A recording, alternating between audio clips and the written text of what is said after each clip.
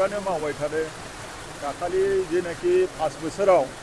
थांनाय 5 बोसोराव जों जेबो उन्नति मोननो हायाखै बिथांमोननि गभर्नमेन्टआव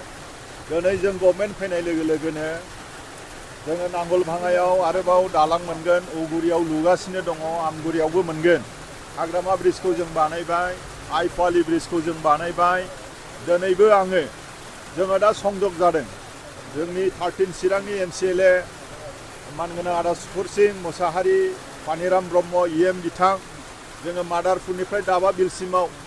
मोनसेया निसिमानि मोनसेया आदा सुपुर सिंनि 13 चिरांनि PMJSY लामाखौ टटेल चिरां डिस्ट्रिक्ट हिसाबै जोङो दिनै 24 किलोमिटार गासै 25 कौटिनि लामाखौ जोङो फाउन्डेसन खालामबाय आरो बेखौ मावसिगोन जोंनि मानगोनां एग्जिकिउटिभ इन्जिनियार GE SDO बिथांमोन दङ आरो फुंनिफ्रायनो आङो खुंख्राजरायाव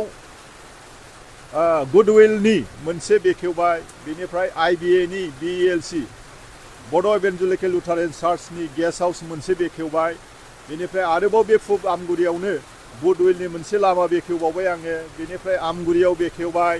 बेनिफ्राय खैला मैलायाव बाजाराव ड्रेनेजनि बेखौबो बेखेवबाय आरोबाव फाथाबारियाव दद्रा बाजारनिफ्राय गाम्बारि बाजारसिम बेयावबो मोनसे लामा बेखेवबाय बिनि उनाव जोङो ज' मोनसे जायगायाव जोंनि बरफोथाराव बेवहाय ज' लोगो नांनानै दिनै मादारपुराव जोङो दंफैयो उन्नतिया जागोन लासै लासै जागोन जागासिनो दङ जोबोद गोग्लैसोनाय जायगामोन माखासे मानसिफोरा खालि पलिटिक्सनि खोथाल' बुंनो गोरों मैया जोंना मानगोनां प्राइम मिनिस्टारा क'क्राझाराव फैनांगौ दंमोन नै बेफोरबायदि अखानि थाखाय गुवाहाटीनिफ्राय माने डिजिटेल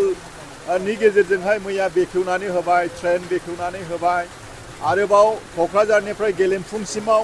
जे जानो गोनां ट्रेन लामा बे ट्रेन लामा बेखौबो प्रसेसआव दङ बेखौबो मावखासिगोन आरो लोगोसे वार्कशप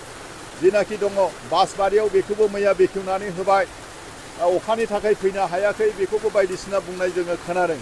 जे एफा गिदिर मानसिखौ आरो वेदार बेखौ सोर रिक्स लानो एफाराब अखा हानायाव दाबोथ' बिराद अखा हादों नै बे राजनितिकनि सायाव राजनितिक खोथा बुंनायनि अनगायै अपोजिशना बिसिना जेबो खामानि गैला बेनिखायनो दिनै रायजो राजाफ्रा बे खम समनि गेजेराव हाग्रामा सारा जेरैबायदि खामानि मावदों जोंनि BTC ओनसोलनि बिभिन्न जाति जनगोष्ठीनि थाखाय बेखौ मोजां मोननानै फैगौ GMLA इलेक्सनाव 15थाखौबो देरहागोन बेखौ जोङो BPF पार्टी हिसाबै जोङो मिजिंथिदों आरो गोबां जेनाखि UPPL निफ्राय जोंनाव दिनै BJP निफ्राय UPPL निफ्राय जोंनाव BPF आव हाबफैदों उदाहरन हिसाबै दिनै जोंना PCDR नि गायसनगिरि जेनाखि